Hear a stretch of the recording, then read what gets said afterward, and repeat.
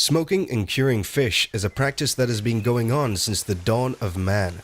Originally used to preserve meats and goods, it has now become a way of giving foods a primal taste.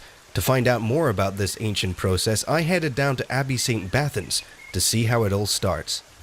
My introduction to fish farming was playing musical chairs as a family about 20 years ago, and my father retired, and I'm one of three brothers, and I took over the trout farm at St. Bathans. The trout farm is laid out in a series of concrete raceways. It's gravity fed, so the water flows in through a feeder channel into 12 raceways in series, concrete ponds, and then it flows out into a series of concrete ponds at the back, and then out into the river again. The aeration is very important. It's enabled us to nearly double production. Its primary function is to put a little bit of oxygen into the water, particularly when the oxygen levels in the tank are fairly low, but it also degasses. It gets rid of nitrous oxide and various other sort of deleterious gases, ammonia and so on, and it just helps to recirculate the water within the tank and provide some degassing and a bit of oxygenation. They're fed through a demand feeder, which is a pendulum. It's a pendulum with a little nozzle in the water, and they very quickly learn to hit the little nozzle, and the feed trickles out into the water, and they eat to their appetite, and when they're full they stop. They're fed a manufactured food, high protein, high fat diet, manufactured in Denmark. We buy in little fingerlings, which are about 20 grams, roughly 20 to 25 grams, and they take about a year to grow to 650 grams, which is the average weight that we sell to Belhaven. After the fish reach their full size, they are then taken to this barrel here, where they are transported to Belhaven Smokehouse, ready to be gutted, filleted, and finally smoked. Around half a ton of fish arrive at Belhaven each morning. When they arrive, they are unloaded from the barrel.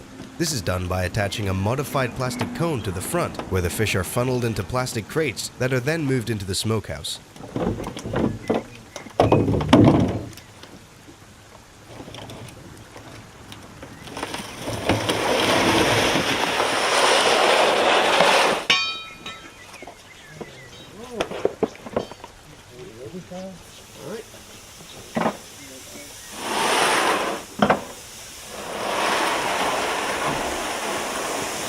The now empty barrel is then cleaned up and brought back to Abbey St. Bathans, ready for the next use.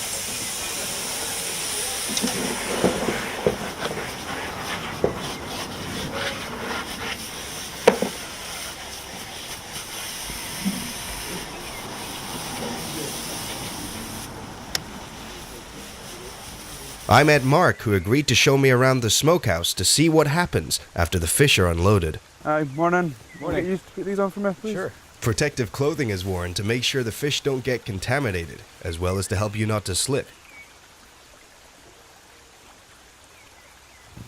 As stylish as it is. Is that good enough? Perfect. Now you're all ready, I'll take you through into the production room.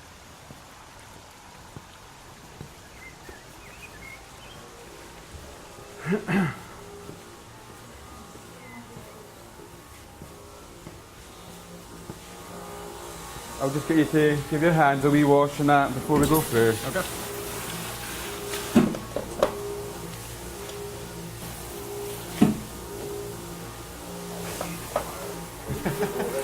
Again, it's all for hygiene, so your hands aren't touching taps. So before you go in here, you always wash your hands? Always wash your hands, yeah.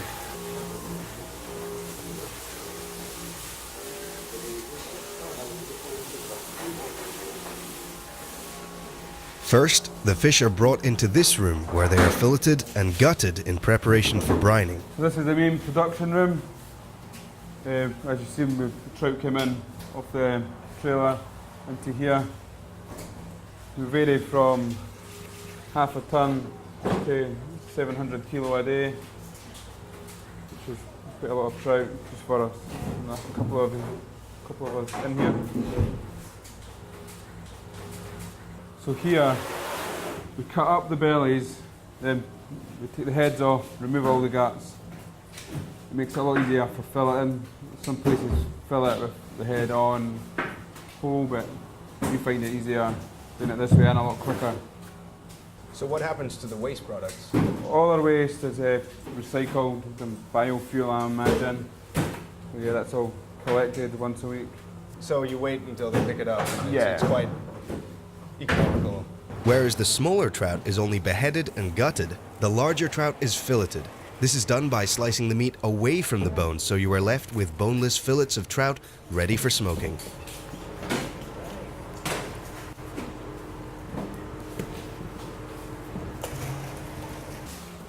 Not really want too much sky today, Mark, are you? Not too much of the guy.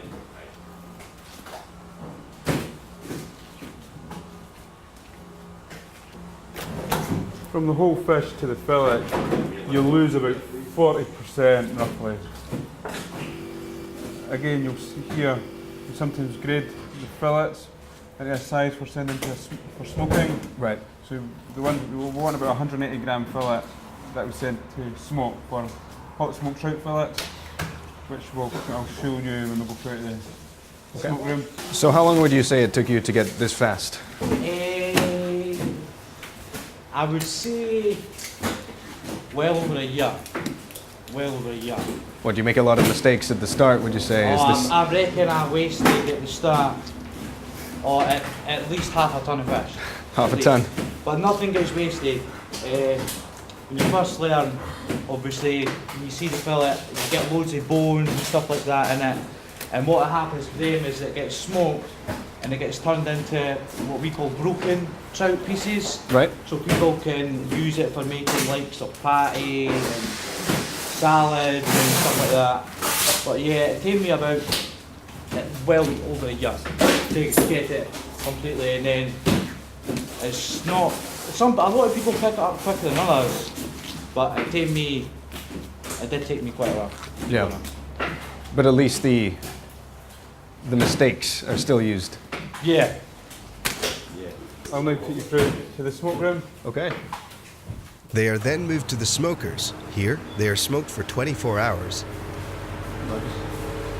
So this is the smoke room. Again, the trout fillets. These are the smaller ones that we brine in a salt water cure, and they'll come out and they'll be hot smoked in our smokers that you can see. Belhaven used chopped down whiskey barrels as fuel. Here is our oak shavings. The shavings that we use are from oak whiskey barrels. So we pick these up from Cooperages in Glasgow, and there's also one further up north. And of course, this is used as the fuel to smoke the salmon. What we do is I'll show you here. So this is our smoking tray, burnt boxes we use for the chip-ins. We fill them up with dry oak first. Then we top it up with damp oak. If you smell that, you'll be able to smell the whiskey from it.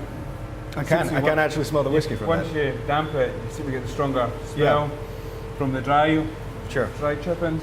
This has helped stop the box burning too quick and smokers overheating. Yeah.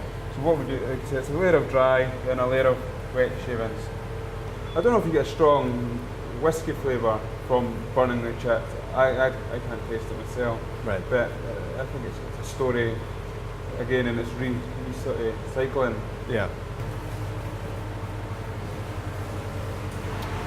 So in this smoker here, we've got some salmon, which has been cured for 24 hours using a salt, sugar and rum cure.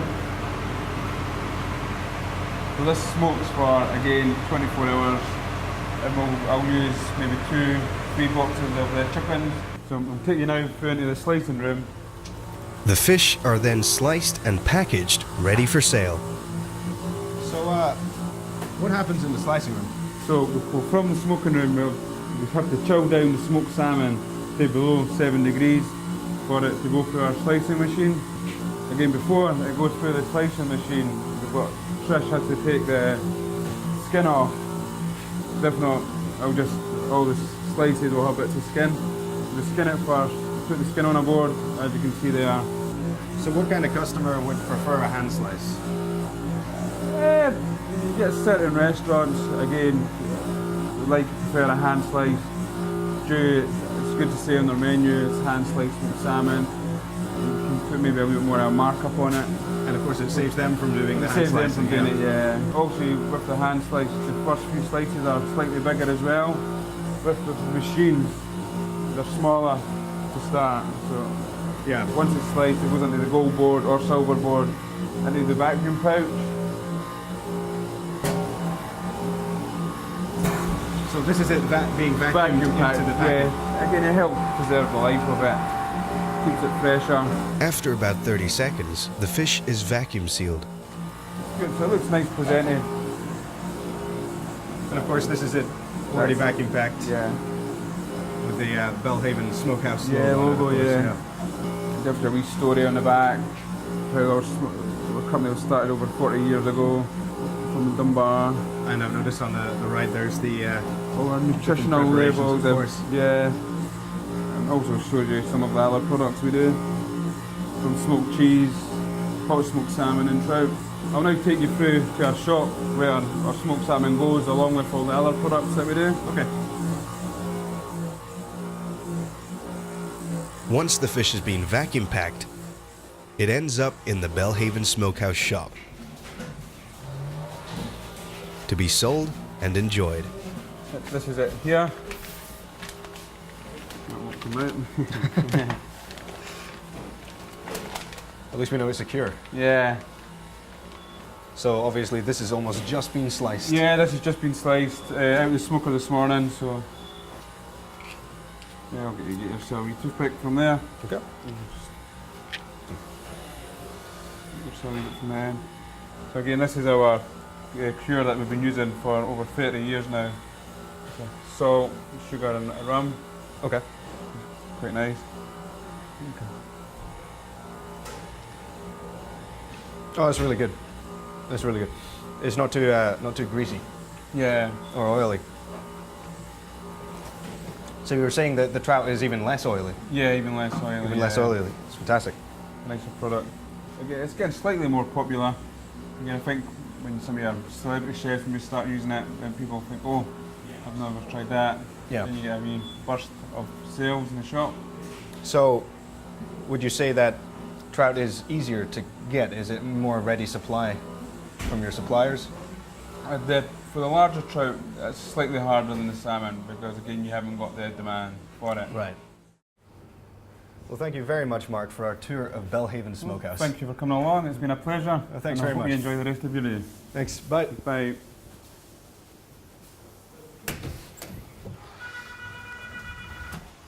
So there you have it. The smoking process from start to finish. And if you don't mind, I'm off for lunch. It has been wonderful to experience this traditional practice firsthand, one that has been ingrained in Scottish history. Now, as we look to the future, we hope the UK opens its eyes and mouths to the importance of fish.